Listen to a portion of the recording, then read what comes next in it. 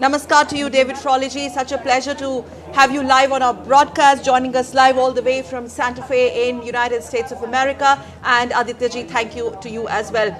David Frawley, I would like to start with you.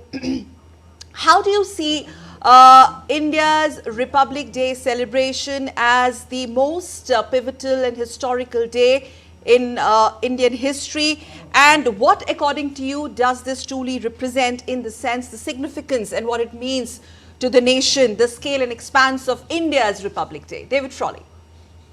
Yes, well, it is the largest Republic Day in the world.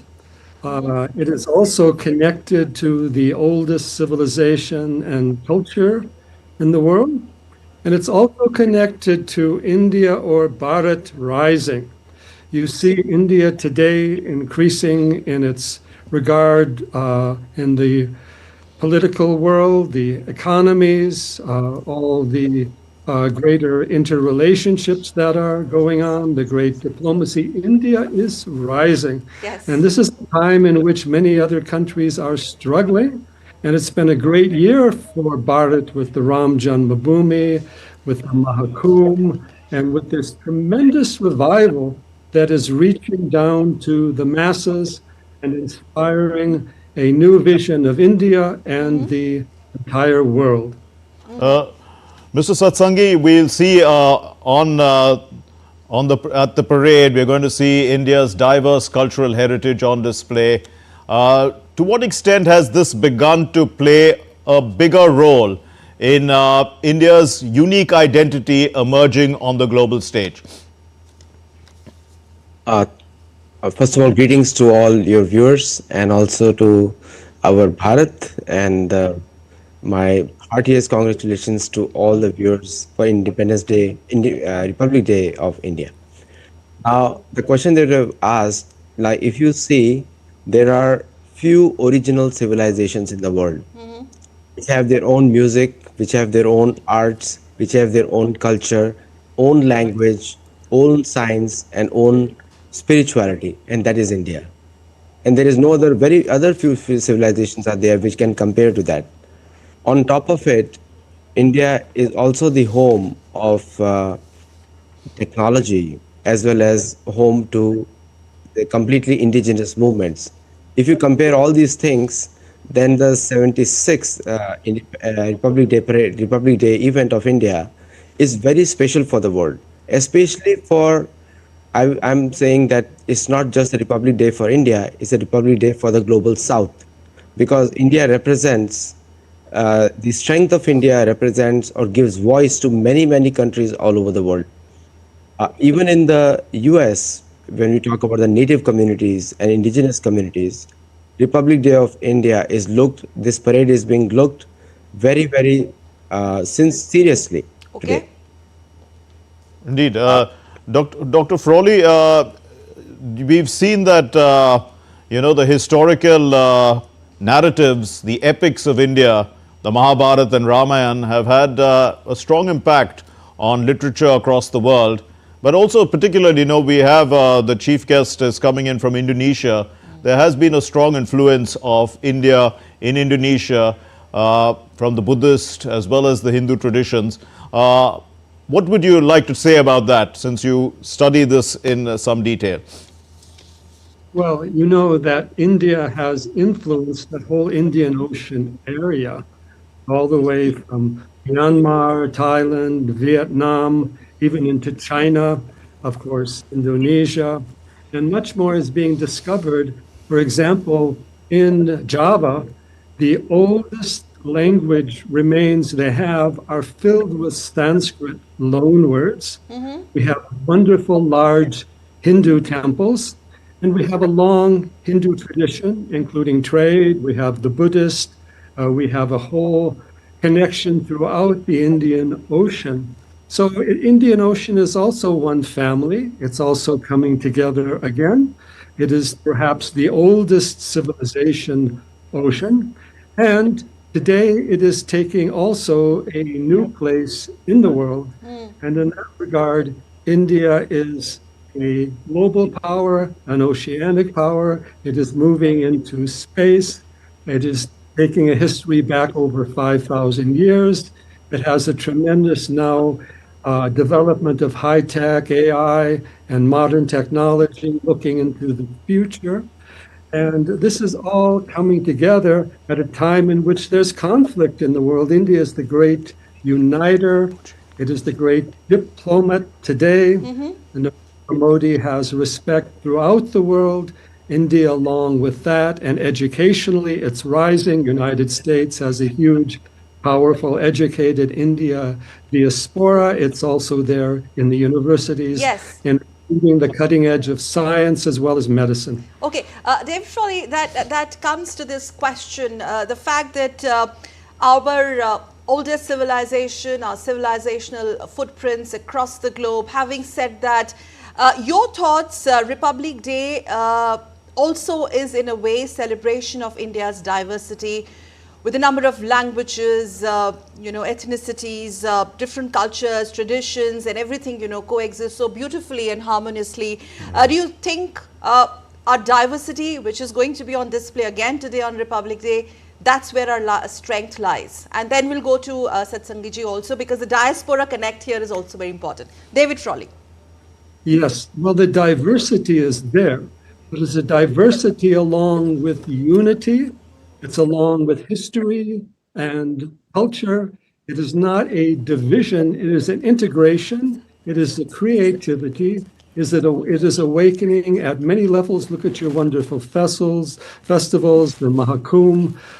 Look at how everyone feels very happy being in India. All the arts, whether it's sculpture, music, dance, is all honored and celebrated from a village level to the universities. It is a great model for humanity today, where we're getting caught in our technology and doldrums and struggle, that this celebration of diversity as part of a greater universality is going on and is a good model for the entire world. 1 person in 6 in the world lives in India.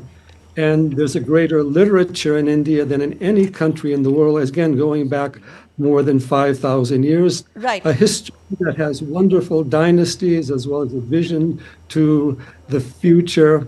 And let us follow that path forward for Bharat and for all humanity. Yes. Let me also take this opportunity to welcome another very special and honorable guest on our show, distinguished military men here, Lieutenant General Dhillon joining us on this broadcast, former DG Military Intelligence Agency. And Dhillon sir, thank you very much for joining us. Jai Hind to you. And before I come to you with a question, before that, namaste. Before that, let's quickly have a quick word from Aditya Satsangi on that element of diaspora. Indeed. The Indian diaspora. Mark, you in want fact, to ask a question here. Mr. Satsangi, the President of India, in her address yesterday, she said that our brothers and sisters living abroad have taken the best of our culture and civilization to different parts of the globe and have made us proud with their achievements in diverse fields. And she said that they have always considered themselves to be part of the India story. And she's sure that their enthusiastic participation is going to make a Viksit Bharat by 2047. Your views on this?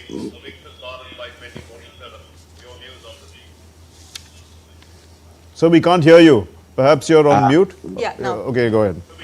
Now, diaspora is equally proud of India. In fact, you can take an Indian out of India, but you cannot take an India out of an Indian. So it's very clear. So the diaspora has been working hard, and with their India being the second home, they have been contributing to American economy. They have been contributing to other factors, other systems in USA. At the same time, they are being proud of being an Indian identity, having an Indian identity. Now, one thing I must say, and I would really thank President of India, that the President of India has acknowledged the presence of Indian Americans abroad, especially in the countries like USA, where we are very large in numbers.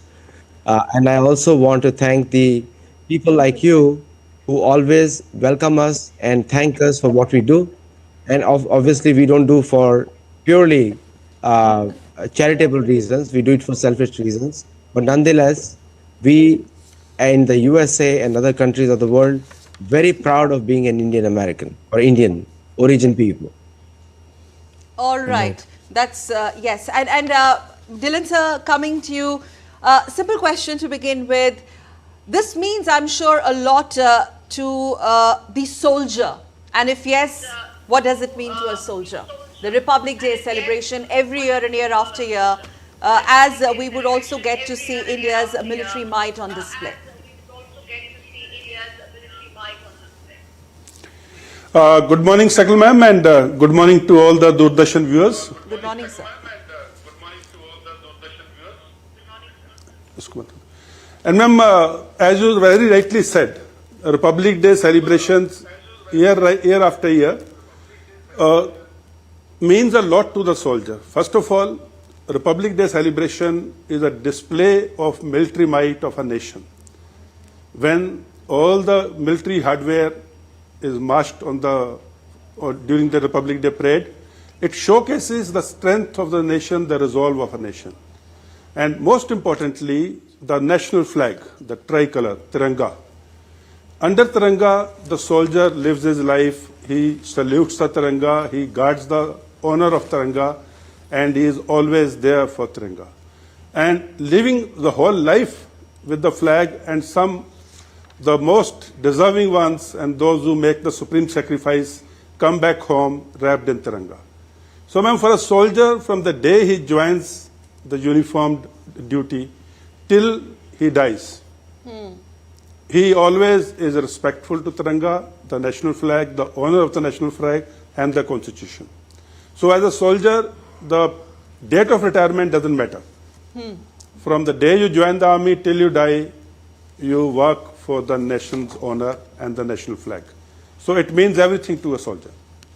Indeed, General Dhillon, I can understand that any man who has worn the uniform has that great pride for the country and will always remain, one of the people that the rest of Indians look up to.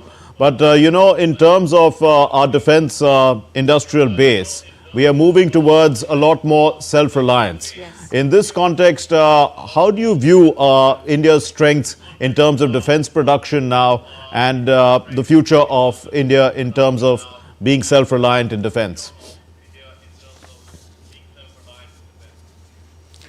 The Make in India initiative of the government is the most important initiative from the self-reliance in defense. We do not want a situation like Kargil, where during the war, we had to import ammunition to continue and to sustain the war. Now here, the DRDO, the premier defense research and defense organization of the nation, the government research, but more importantly, today the private players, the private defense industrial sector, their R&D is combining with the DRDO and their production is combining with the DPSUs, the defense public sector units, and now it is a whole of nation approach to make India self-reliant in defense, not only in defense, in all other aspects. Because a country of our size, we are 1/6 of the world's human resource. We are 5th in the economy, in the index in the world. And for a country like us, who is the 5th largest economy, who is the 1/6 of the world's population, who is the nuclear power, self-reliance is the only way in each and every sector, including defense.